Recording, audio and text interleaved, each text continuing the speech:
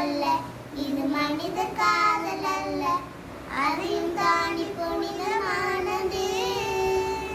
அபிராமியே தாலாட்டும் சாமி